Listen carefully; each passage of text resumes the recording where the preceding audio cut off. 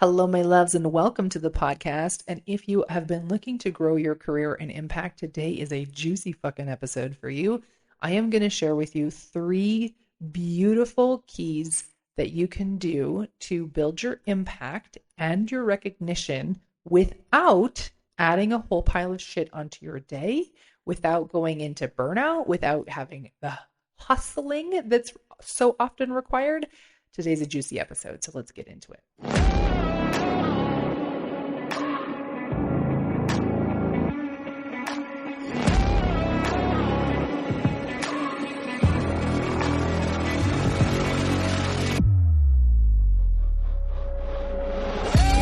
Welcome to the Manifesting Millions podcast, where we talk about manifestation, money, and practical guidance to creating your dream reality.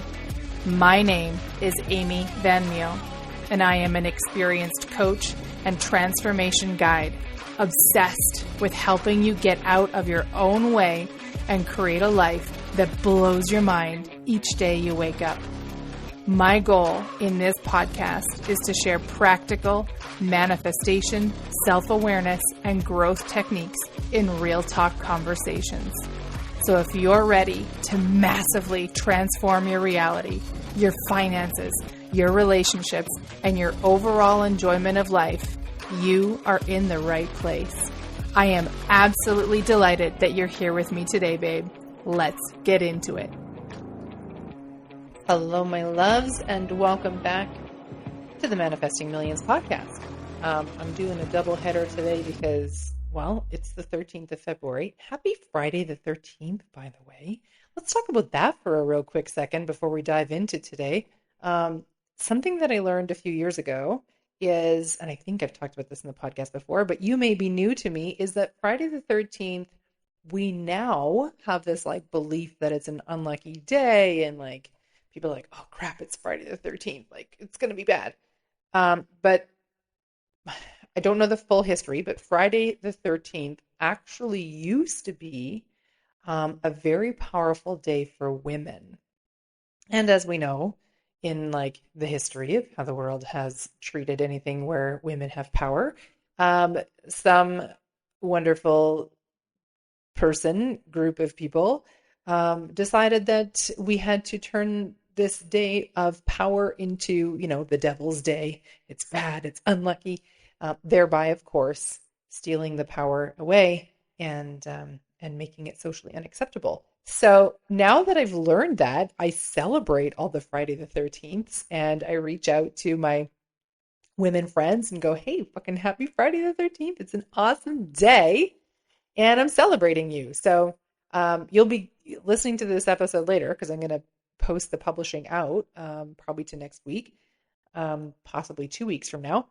And but regardless, now you know you're getting juju and love from me in the past. And if you were feeling some kind of way on Friday the 13th, just know that I was thinking of you and sending you love. So excuse me.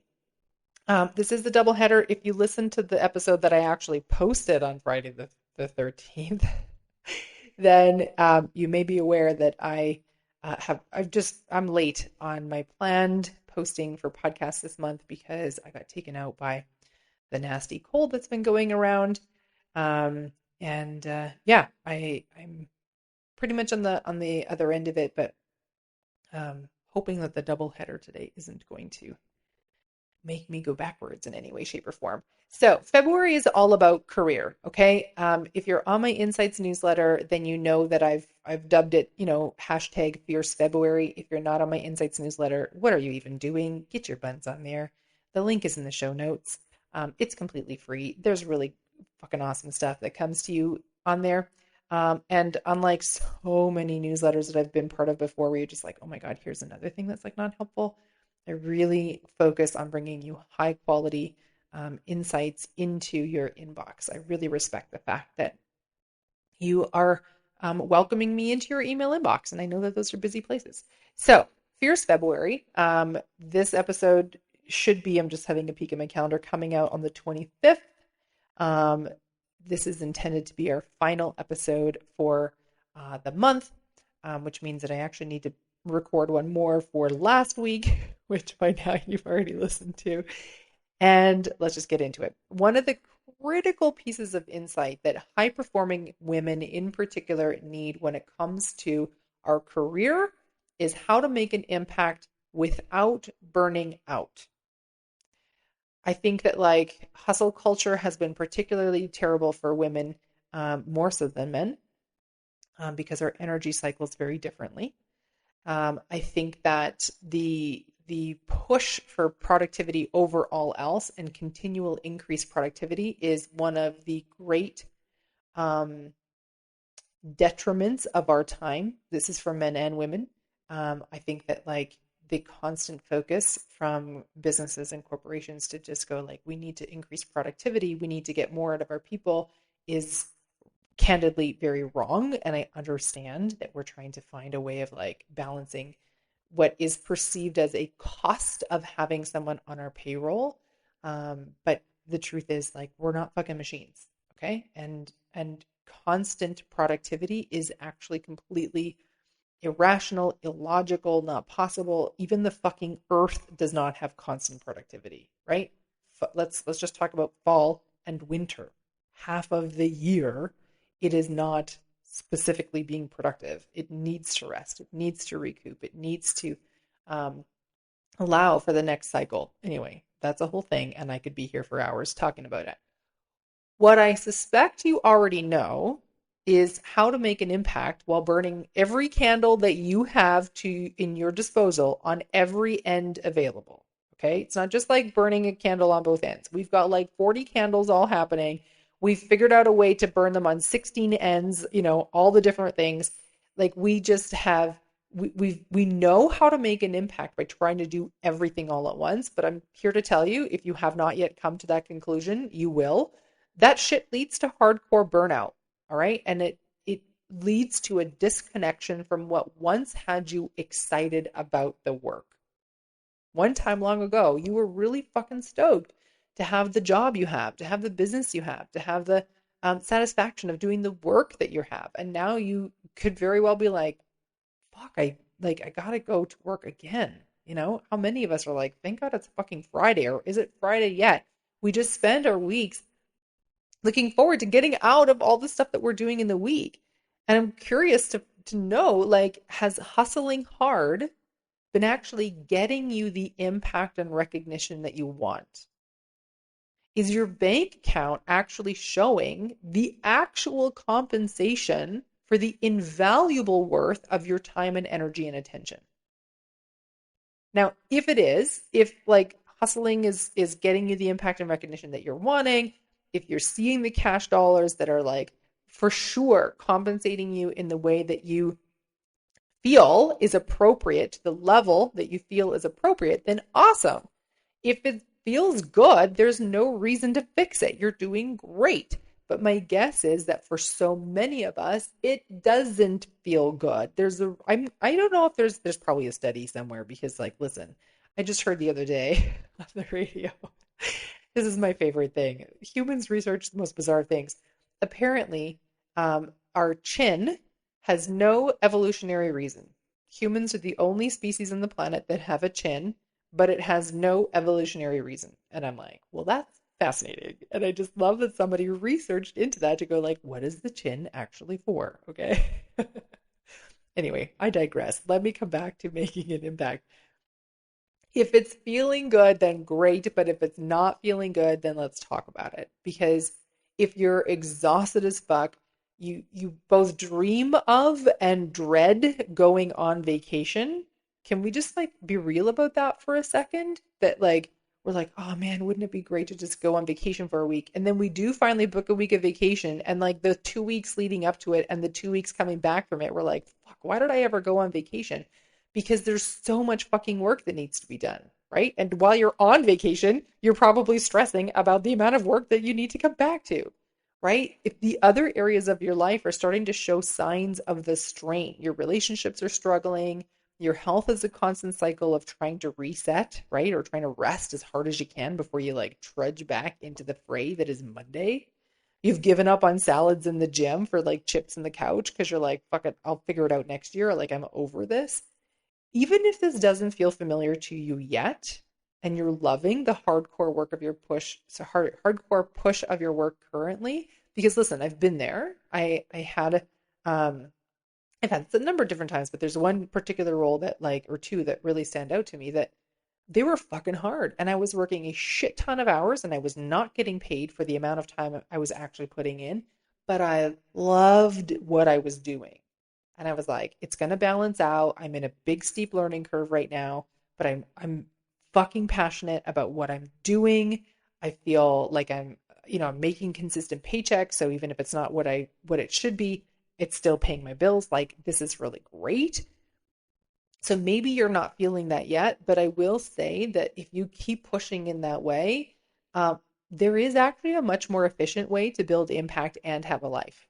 All right. It's not just like, here's my 40 candles. I'm burning them on every possible end I can find. I'm going to make extra ends so I can burn more of them and just like keep going hard, hard, hard, hard. There's a better way to doing it. And I want to just like quickly front that, like, if you want to capture or if you learn better from like reading, the email insights that went out as part of this podcast also has that information. Um, if you're like, Amy, I didn't get on the list before it got sent out, can you send me that email? Then like DM me and get on the email newsletter, and then I'll send you the email directly. But I actually go over this inside the email, and I like to pair the podcast and the email together. Let me jump into this. So, there is actually countless ways that you can make impact, but there are three that I found to be really very effective and that also actually create space in your day while also building recognition as you go. For women in particular, this is critical. We want to find a way that we are, yes, doing our job, of course, but also creating space in the day. We don't want to be, trying to get recognition and impact by like just doubling down and working harder. And one of the things that women in particular really struggle with is like um, building the recognition, not just asking for the recognition. It's actually something that you build as you go. All right. So, I'm going to give you the three keys here. The first key is leveraging delegation. Hi, my loves. I wanted to interrupt the podcast really quick for just a quick little announcement for you. So, we are in Money March. And one of the things that I really felt called to do for all of you this month is to host a weekly live discussion call about all things money. So every Thursday in the month of March at 4 p.m. Mountain Standard, I'll be hosting a completely free live discussion call. Bring all of the questions that you have about money, whether it's related to manifesting money, whether it's related to managing money, whether you're just like, Amy, why does this thing exist within money? Whatever it is, bring the questions to the live discussion calls. You just need to register to get the link so that I can send you the invite for the room. And to do that, the URL is in the show notes. I will send you the invite every day every day before we go live. Not every day in the month of March, I promise. So mark your calendars. Thursdays will be March 5th, March 12th, March 19th, and March 26th at 4 p.m. Mountain Standard, and we'll be sitting down together live. I'll be answering all of the questions that you have about money, and we will go from there. I hope to see you there. If you haven't met delegation, let me introduce you right now. Delegation does not mean pushing the shit that you don't want to do on someone else. Okay, let's just be real right off the start. Oh my God, I've seen so many candidly poor leaders do this where they're like, well, I'm just going to delegate all the shit that I don't want to do because I don't want to do it. That's not what delegation is. I mean, it's using a tool in a way that like is not great. And it's not to say that you have to do all the things that you don't like to do. Certainly there are things that like I have not enjoyed doing and I delegated them, but I delegated them with a very clear intention. But like, listen, in the days that I had to pull reports and like try to analyze data and do all that stuff, even though I would have loved to delegate that to somebody else and be like, just give me the summary. I knew it was important for me to fully understand the depth of it. And so I did that work. All right. So that's just like step one on delegation. For my Virgos and Capricorns who are like tuning in here, I see you, my perfectionist people. You may not be Virgo or Capricorn, but you have those perfectionisty tendencies. I want you to hear me clearly. Delegating something does not mean that they're not going to do it as good as you. That's not what it means. I want you to just understand that. OMG, this is something that I certainly struggle with. It is actually something that I've been actively growing myself through over like the last decade. I have a precise way of doing things. I like things done in a certain way. Every Virgo in the world I know like resonates with this so fucking deeply right now. But I've also been teaching myself that, like, listen, unless I want to either carry all of the weight of the world and do everything on my own, like, it's important for me to like take my hands off the wheel. And just because someone does it differently than me does not mean that it's wrong. Doesn't mean that it's like somehow less good. And here's the thing that I have been delighted in my career leading teams is that when I delegate something to someone else, most of the time actually they do it way better than like I would have because they have more time and attention to put toward it. And I'm going to talk about like there's an opportunity within delegation. It actually is something that is serving them, so they are going to be putting, there's like value in the thing being delegated. All right, so just want to very quickly, like if you think that like delegation means getting rid of all the shit you don't want to do, or delegation means that someone's not going to do it as good as you, like let's compost those frameworks right now because they are not useful, they are not true, and they're getting in the way of you being able to build impact and recognition. Delegation is actually an opportunity for two really beautiful things to happen. Number one is that you release something from your workload. That's fucking huge. Remember, we talked about at the very beginning, how do we make impact without burning ourselves out? This is what step one does. You release something from your workload. It clears space in your calendar. It puts more time back into your day. Number two, and here's the critical part of delegation, you provide an opportunity for someone else to have an impact. That is actually the gold in delegation. We like to look at it as like, okay, it's just taking something off of my desk. But actually, the actual fucking gold of delegation is that you are creating an opportunity for someone else to have an impact. It is a win-win situation. Now, you can delegate like pretty much anything that you want, right? Now, if you have a job, or like you have certain structures of work, there may be guidelines. Like there might be stuff that like you just can't delegate because you are the, I don't know, senior, whatever, developer on the team, and you have to do those things. But like outside of anything that is specifically structured with like, for example, related to like, the word is going to come to me, like, Jesus. I'm trying to think, qualifications. There it is. See, I knew it was going to come in. Like something that's specific to qualifications, you can pretty much delegate anything you want. However, the best things to delegate are the things that require more lift than makes sense for your role. I'm going to give you an example. So I'll give you a couple of examples. If you own a business, if you're an entrepreneur, now this one comes with a caveat. Sorry, entrepreneurs. This is one that like I know I certainly feel frustrated by. If you need to have the financial means to do this, okay?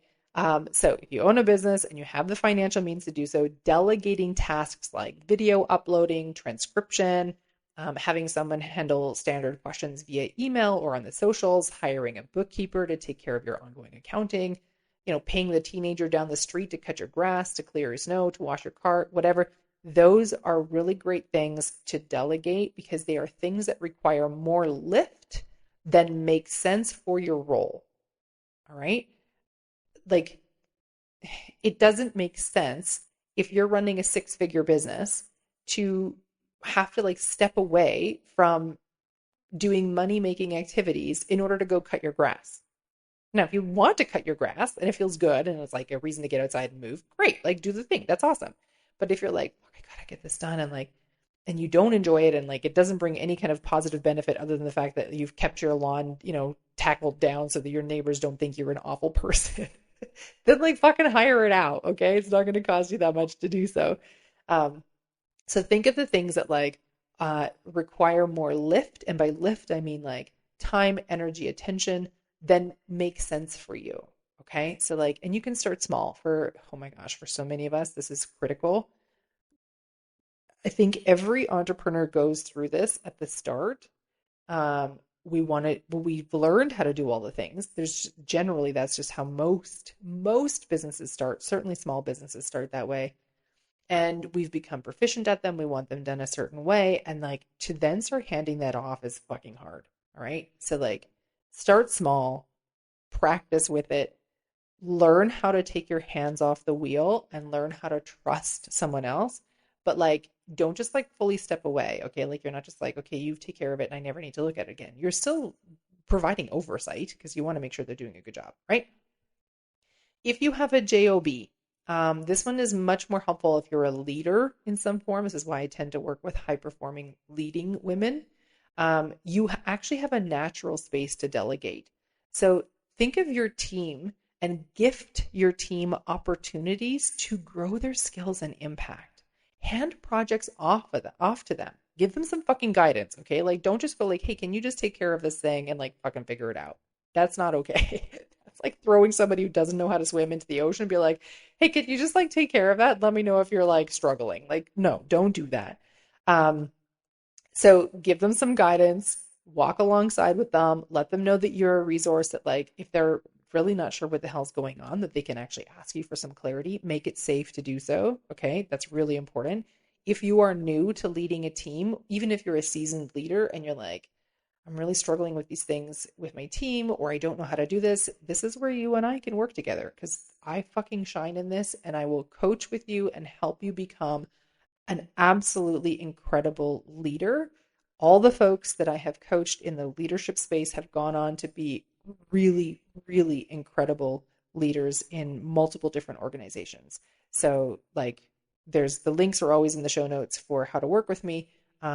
Like, let's work together because we can certainly make you a phenomenal leader, one that like feels juicy and good and is like true to who you are, and your team will just fucking thrive with you. I had when I was leading teams, I had very high performing teams. So, um, gift your team the opportunities to grow their skills and impact. Okay, this is actually a really really powerful way to build your impact across more areas while immediately reducing your workload. There was a number of different things, and you have to like this is something you have to do carefully because you don't want to give somebody who's like brand new in their role a big project because you're kind of dooming them to fail. So maybe you have like a small thing to get them started. But here's the thing that I suspect is I'm going to suspect that this is true for most companies, and perhaps I'm incorrect. That when we come to like performance review times, what is being looked at is like, what have you actually done to have an impact here? So it's, one thing to just like do the things that you've done in your job. That's cool. But if you have someone on your team who's keen to grow, giving them like handing them projects from your desk to theirs means that they're now building skills that they may not have had access to before. And when it comes to performance review time, they can point to this and go, okay, so I've done this and I either successfully executed it and here's the net impact it had on the corporation, or I learned a shit ton of stuff and like maybe it got shelved or maybe it went like completely just exploded in like 1,000 burning pieces. Like you don't know, but there's a tremendous amount of learning and knowledge that comes out of that. Which is like the last thing about delegation. If you delegated something and it went sideways, because if you delegate enough things, eventually something's going to go sideways. It's also a learning opportunity. I was actually just sharing earlier today, like I hired a cleaning service a few years ago. I wanted to open up some time in my day and I'm like, okay, I don't mind cleaning. I like how it feels when it's done, but fuck, I'm tired of like spending all these hours. But I only had this person come out 3 or 4 times, and I just let them go because I was like, I was either constantly having to point out things that got missed or had to go clean them up myself afterwards. And I'm like, this was a failed experiment. This did not go well. But even though the outcome was I guess quote a failure, I learned a lot through that. I learned, the art of hiring somebody. I learned the art of letting someone go, and I learned that I actually enjoy cleaning and like, so now I just work it into my day. Um, the second key, the second step, the second whatever opportunity, I forget how I framed this at the beginning of the episode, but number two is to build talent behind you. Excuse me. This one is really, really big. This one is something that I think very few people are aware of. I think that most leaders don't do this. I think that if all of us were to focus on doing this, we would have a not only a much stronger workforce, but a much more engaged and satisfied workforce. So, building talent behind you is done in part through our first step, which was delegating. Okay, that's why this one comes second. But if you think about this, like think of a deeper insight into building talent behind you, like imagine that as you were to move through the world, there's like this ever trailing, ever expanding zone of like sparkly light behind you. And when you choose to put just a little bit more energy into it, that light touches all the people around you. I'm going to give you some examples of like what this looks like in practice, but that sort of energetic framework has helped me in past to go, what is it that we're doing here? This is what we're doing here. So building talent behind you in a job means finding ways to build others as you grow. We talked about this when we talked about delegation. But perhaps you're mentoring someone who's new to the role that you're doing. Perhaps you're shifting ownership of tasks more onto your direct reports. Perhaps you're encouraging someone on your team to stand in their own power and mentor, coach, or have a conversation with someone else on the team. All right. When you're, when I think of like building talent, in my notes, I have it in quotes behind. It's not to say like you can only help people who are behind you, because behind can also mean beside. We can be talking about our peers, right? So building talent beside you would look like mentoring your peers, helping them go after roles or promotions that they would rock at, supporting them as they navigate difficult situations, maybe connecting with someone younger than you and newer in their career to provide them insight and encouragement and sometimes perspective. One of my favorite things is like being able to walk alongside folks who are, especially young women who are like, 10, 15 years well behind, younger than me, and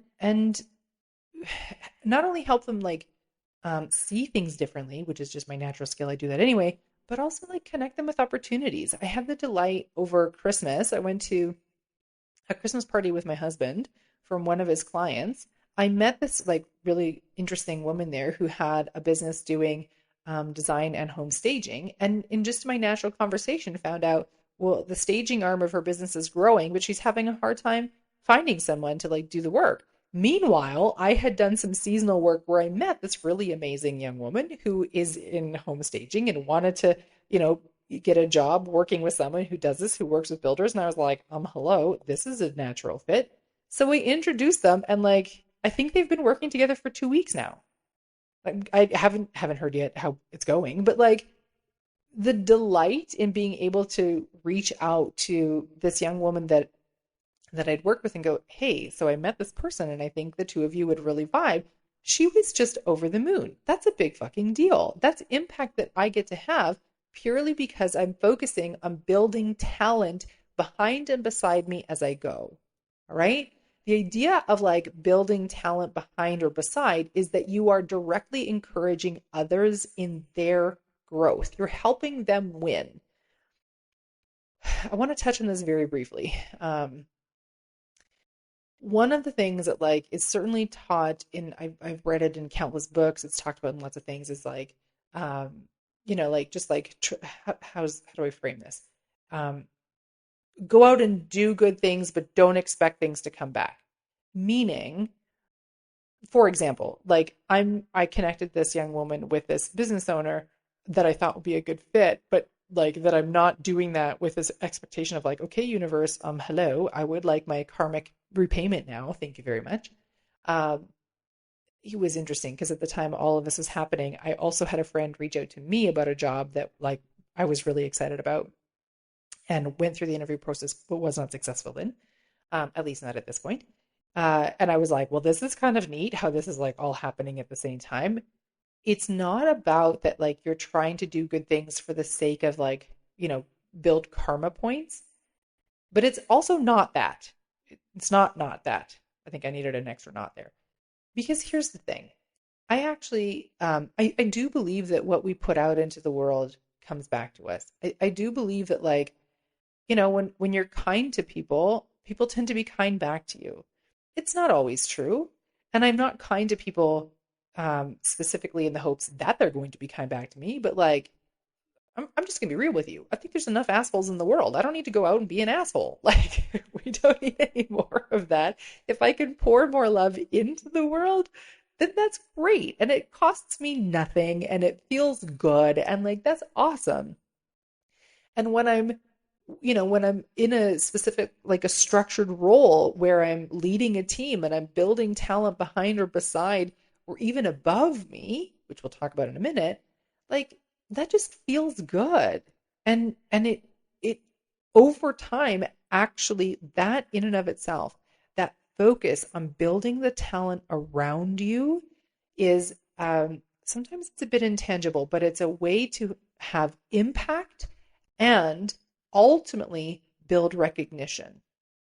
Now, what I want you to understand, remember, we started this episode talking about the fact that, like, this is not how to build impact and recognition by burning ourselves out. So you're not like running around like a chicken with your head cut off trying to help everybody. You're not trying to be that annoying person that's like, I know how you need help. I know how you need help. It's a quiet coming alongside. Sometimes it's just a conversation. Okay? It doesn't need to be this giant big thing. It doesn't need to be that you're like, okay, I'm going to mentor you and it's going to be amazing. And like, please go tell everybody how good of a job I'm doing.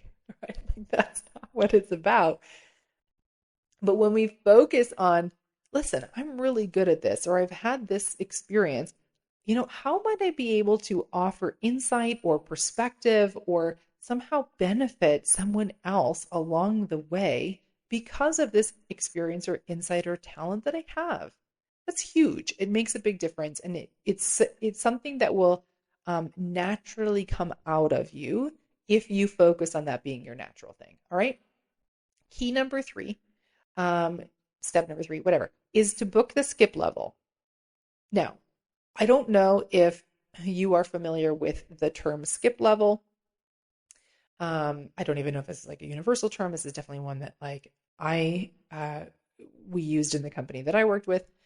So what the fuck is a skip level? A skip level is a meeting with someone who is a level or many levels above where you are in the organizational chart. Okay. So like, for example, if you manage a team and there are 5 more levels of managers above you, right, further up the organizational chart, a skip level would be meeting with anyone who is more than 1 rung above you, like your boss's boss. Okay? So skip level is not you meeting with your boss. A skip level is meeting with the person to whom your boss reports to, or to whom their boss reports to. Now, this step will depend a bit on the structure of the work that you're in. So let's start with talking about the JOB, because like it's kind of the easiest one to understand.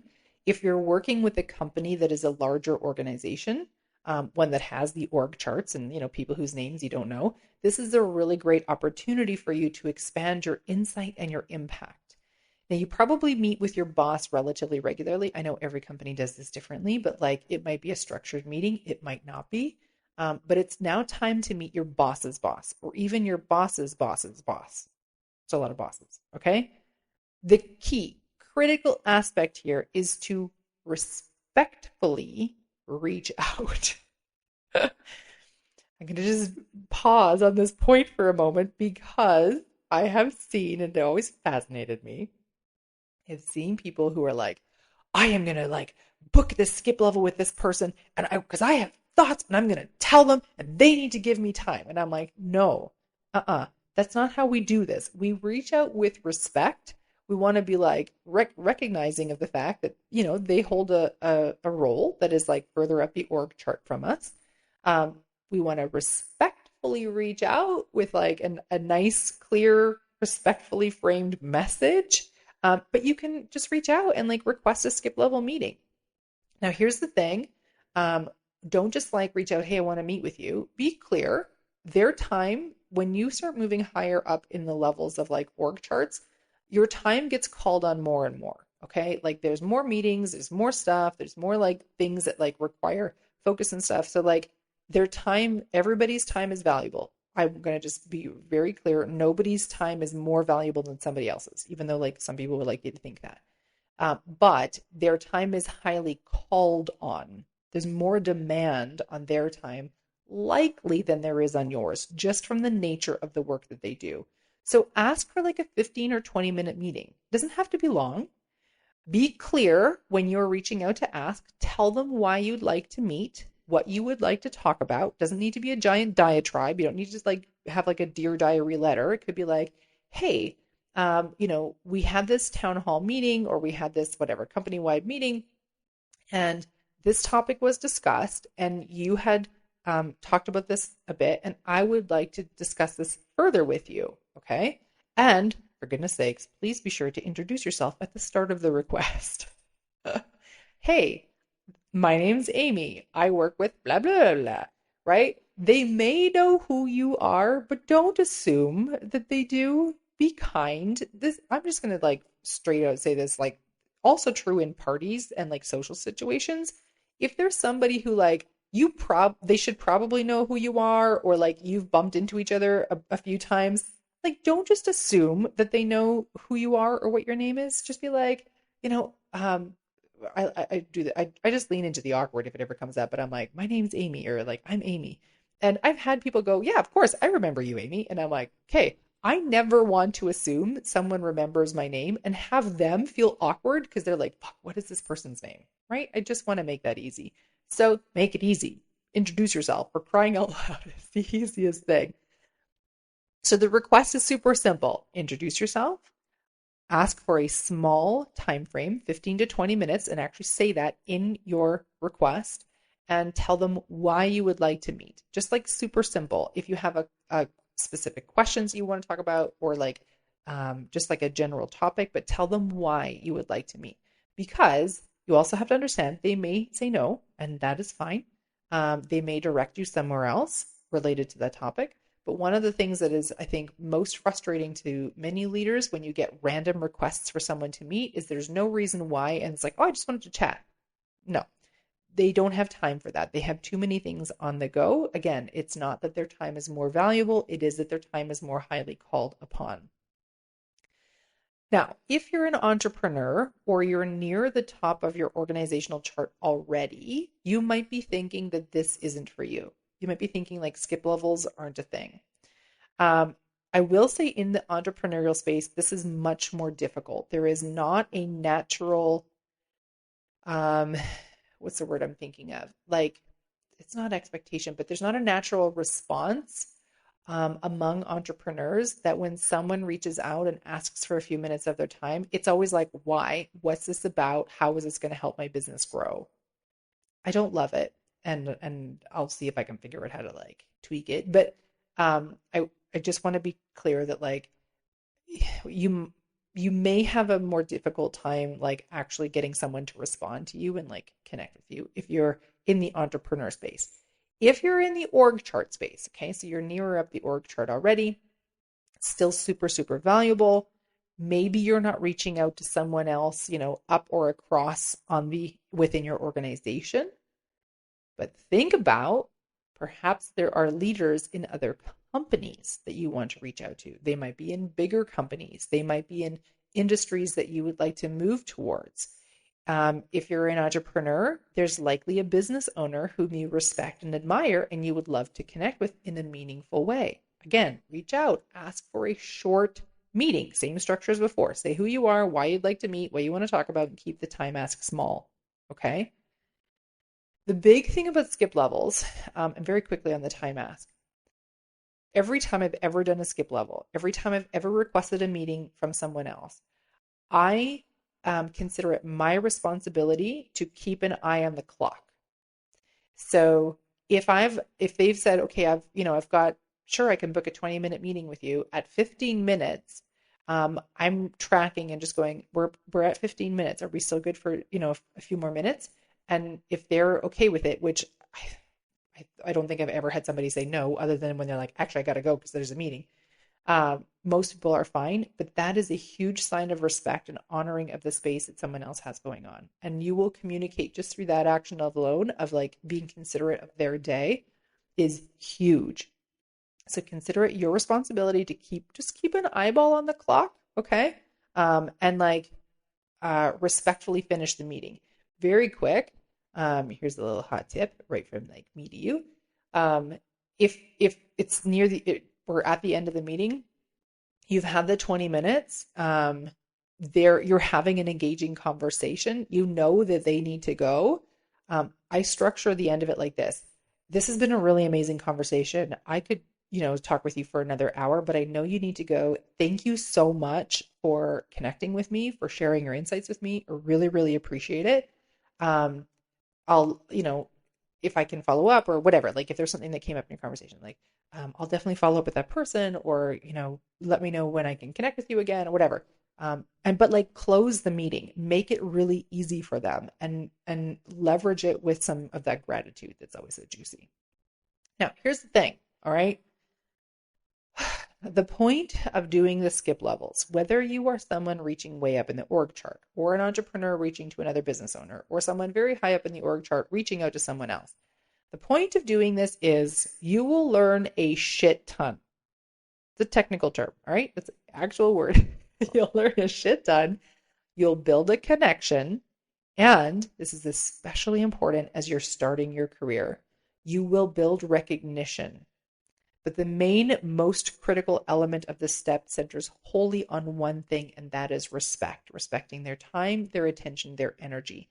Be on time for the meeting. Be gracious in the meeting. Be open and pay fucking attention. Okay? Don't go in with like this diatribe that you're determined they're going to hear from you. Be open. Have the conversation. Ask the challenging questions. There's nothing wrong with that, but don't be an asshole about it. Okay? So, these 3 steps, really, really great way to build impact in your work without adding a whole bunch of things into your workload. Okay? In fact, like the first 2 were literally about taking things out of your workload. All right? So give them a try. Let me know how it works out. If you are brand new to skip levels and you're like, oh my God, like this is like really freaking me out, like set yourself a small target where, maybe you reach out to 3 people in the next, I don't know, month. And like you do it again the next quarter and you do it again the next quarter. And like depending on the structure of the company that you're with or the structure of the industry that you're with, like it might be possible that you'll reach out a ton and you'll hear almost nothing. It might be possible that everybody that you reach out to is totally down to sit down with you. Be, again, like I cannot say it enough, be respectful. Be what's the word I want to say? I don't like the word realistic, but it kind of is the one that frames the best here. Be realistic, kind of, in who you're reaching out to. For example, when I was working with this company, and I don't remember what, I think I was like first level manager, I think that's correct. Yeah. So like literally I used to be an individual contributor. Now I was leading a team, but I was like the first level of leading a team. I reached out to our VP of operations who was so many org chart steps above me. I can't even remember. It was like kind of crazy. But I reached out to them, I respectfully reached out to them and said like, hey, and this was actually something about something that was coming out or a town hall or something, and just said, I really enjoyed what you had to say here, but I had a few further questions. Would you be open to meeting with me? I still remember, it's like burned in my memory. I remember the look on my boss's face when I said to him, oh, so I reached out to so-and-so and asked for a meeting. And like their eyebrows went up and their eyes went wide and they're like, I'm sorry, you did what? And I'm like, yeah, I have a meeting booked with them in 2 weeks or like next Tuesday or something. And they were just like, are you fucking kidding me right now? And I'm like, I was respectful about it. Like I'm not going over and above, my boss to like be just, I wanted to speak to the source of truth. And thankfully the culture at the company at the time was such that like that was respectful and okay. But I also wasn't going to like reach out to the CEO, right? Like that's just, I don't know, at least in the time that I was there was nothing that would have necessarily been a clear, again, I don't love the word reasonable, but like kind of reasonable reason for me to reach out to the CEO. So that just wouldn't have made any sense. Doesn't mean that I didn't want to talk to him. It just means that like it wasn't fruitful, and it would have been pretty much a guaranteed no. And I would have expected that. So like, why bother cluttering their inbox, right? That's just how it goes. So I trust that this has been really helpful for you. Reminder that even though this one is planned to drop on the Wednesday of like the 5th of February, on the 26th, which would be tomorrow, if you're listening to this on the day it comes out, I'm testing the live discussion calls at the end of the month to like talk about the stuff that I share in the podcast, the things that I've been sharing in the email. It's completely free. If you have questions about like building your career, growing your confidence, whatever, booking the skip level, anything that we've talked about in the last month, and you want to chat them through, join me on the live discussion call. It is the link to register for it is in the show notes. Again, it's completely free, doesn't cost you anything. And I'll do some spotlight coaching in that space as well. So I trust that this has been a useful, helpful episode for you. If it has, and you haven't done it yet, please help me boost the reach of the podcast by leaving a review. And for sure, if you know other really amazing people such as yourself who are endeavoring to grow their career, who are wanting to increase their impact, to build recognition, please share this episode with them, because OMG, even as I was recording this, I'm like, there's a shit ton of gold in this episode. So please share this episode out. I would really appreciate it. And whoever you share it to would also really appreciate it. And with that, my love, I think it's time for some lunch and possibly some tea to settle my throat a little, because a double header of podcasts after 2 or 3 weeks of not really talking very much is straining my voice a little bit. I wish you so much goodness, and I hope to see you again here next week. Bye for now. Thank you so much for tuning in to today's episode. If you loved what you heard today, be sure to share it with me by leaving a review on your favorite podcast platform, and help me reach more like-minded people who are ready to expand their life. If you haven't yet followed me on social media, find me on Instagram for extra love and inspiration by following @AmyVanMeal, or visit my website at amyvanmeal.com. I love you so much, babe, and I am damn proud of you. I am already excited to connect in the next episode. And in the meantime, believe in yourself with the confidence of a 5-year-old.